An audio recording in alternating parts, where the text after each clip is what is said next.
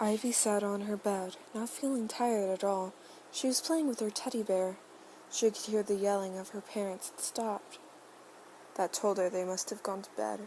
She looked over at her clock. 11:45. She sighed. She didn't like it when her parents fought. She heard a sound from outside of her door. She got up to see what it was out there.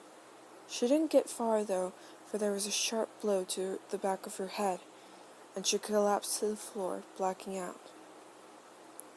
"Tough little thing, isn't she?" said a voice.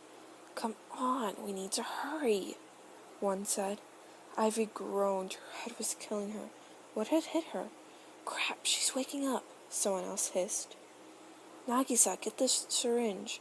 "Why me?" "Because," one said with a little sneer. "Fine," Nagisa said. Ivy felt a pinch before her world went black once again. Ivy groaned as she sat up in a bed that wasn't hers. She saw her teddy bear and hugged it tightly. "Where am I?" she thought as she got out of the bed and walked to the door. She tried to open it. Locked.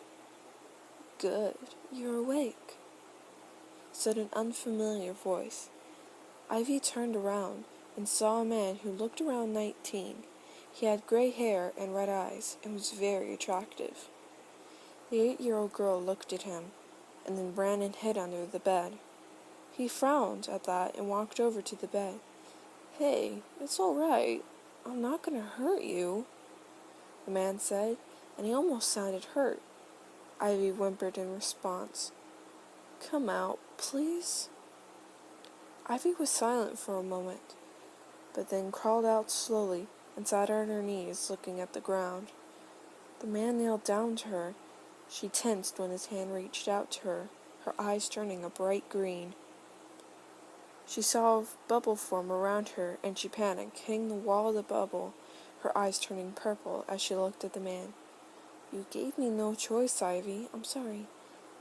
"Let me out, please. I'll be good, I promise." Her words came out quickly and full of fear, her hands pressed against the bubble. "If you're trying to use your powers, they're not going to work," he said almost coldly. "I wasn't. I promise. Please let me out." Tears had begun to form in her eyes. "How do I know that you won't run off and hide again?" His arms were crossed, and it almost looked like he was enjoying this. She began to cry, and 5 other guys ran in. "Daiki, what are you doing? You made her cry," an older boy said. He was about 22. "I was only playing with her hard to.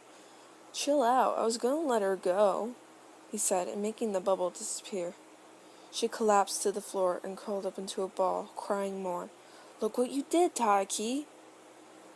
Your yelling isn't helping, Nagisa," Daika sneered.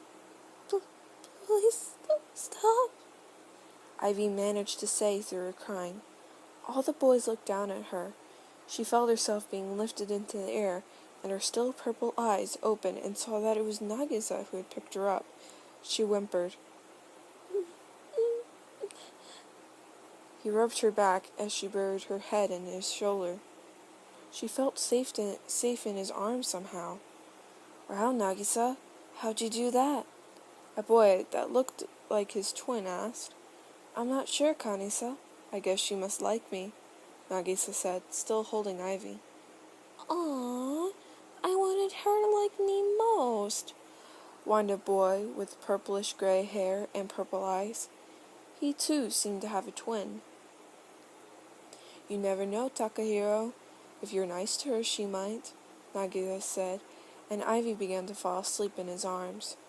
Nagisa smiled, feeling her finally relax. He held a finger to his lips as he laid her down on a bed and tucked her in, placing the teddy bear in her arms. The guys slowly walked out, trying to be as quiet as they could, trying not to wake her back up.